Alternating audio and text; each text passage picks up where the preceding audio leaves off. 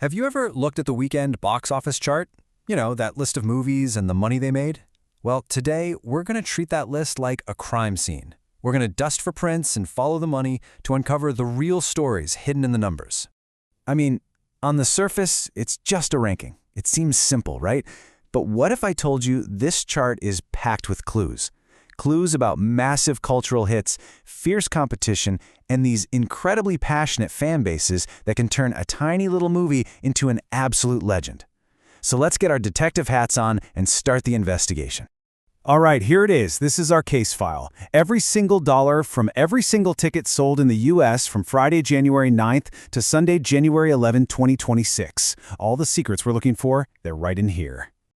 So, at first glance, the story looks pretty straightforward. You've got a clear winner with Avatar, Fire and Ash, and then a really tight race for second place. But to really get what's going on, we need to know what these numbers actually mean.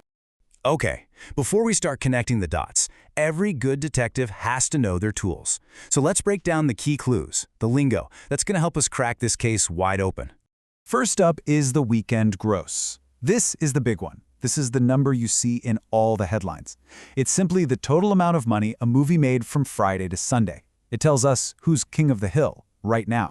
Next, we've got percent change. Now, this is a really crucial clue.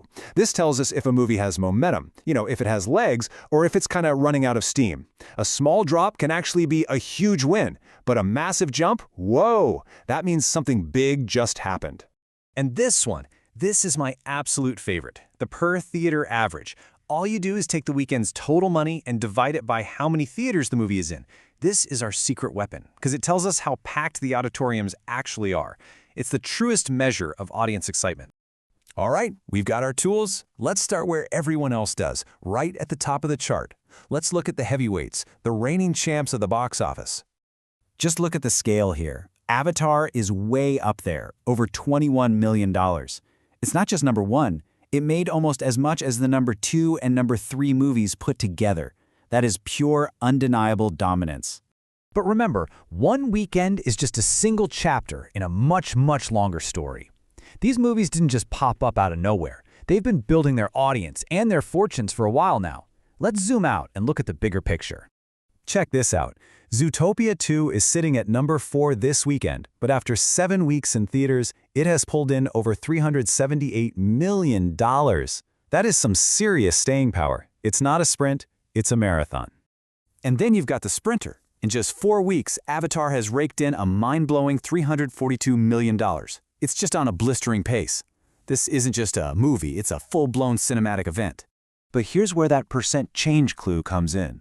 Both of these giants saw their earnings drop by almost 50% from last weekend. Now that might sound bad, but for a huge blockbuster that's been out for a few weeks, that's actually pretty normal.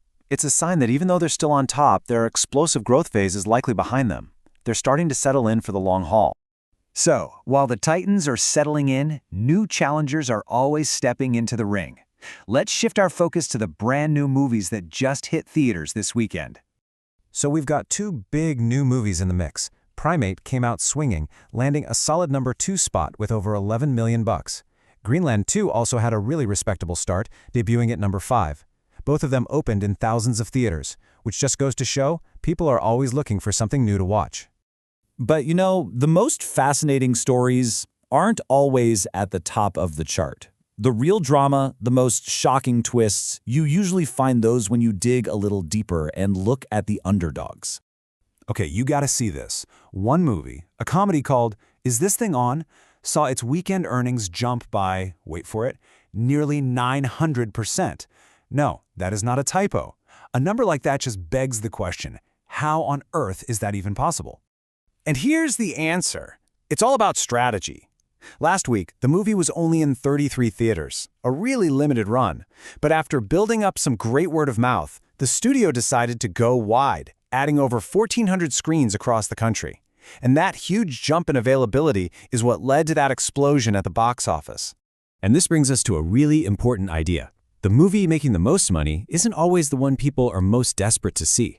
To find that, we need to pull out our secret weapon, the per-theater average. Now look at these numbers. These are for small independent films. The Voice of Hind Rajab made over $39,000 per theater. Think about what that means. For every single screen it was playing on, it was probably sold out for every single showing all weekend long. That is what intense, concentrated demand looks like. And this just paints the perfect picture.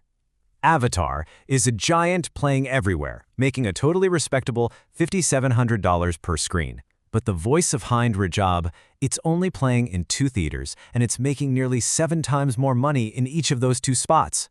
One is a story of massive scale. The other is a story of incredible passion. So, after looking at all the evidence, the big grosses, the percentage drops, the theater counts, and those powerful averages, we can finally piece together the complete story of this one weekend at the movies. The case is almost closed. So, what's the final report? Well, we learned that blockbusters like Avatar and Zootopia are the bedrock of the box office. They're the reliable giants, even when they start to slow down. We saw new movies like Primate have a tough fight on their hands, but they can still make a huge impact. We discovered that a clever release strategy, like the one for Is This Thing On, can create explosive growth from almost nothing. And maybe the biggest takeaway of all, if you really want to find the most passionate, die-hard audience, you follow the per-theater average. See, the numbers don't just tell one story. They tell dozens. There's the story of the Titan, the story of the brand new Challenger, and the story of the little indie film with the line around the block. So now that you know how to read the clues, which story do you find the most interesting?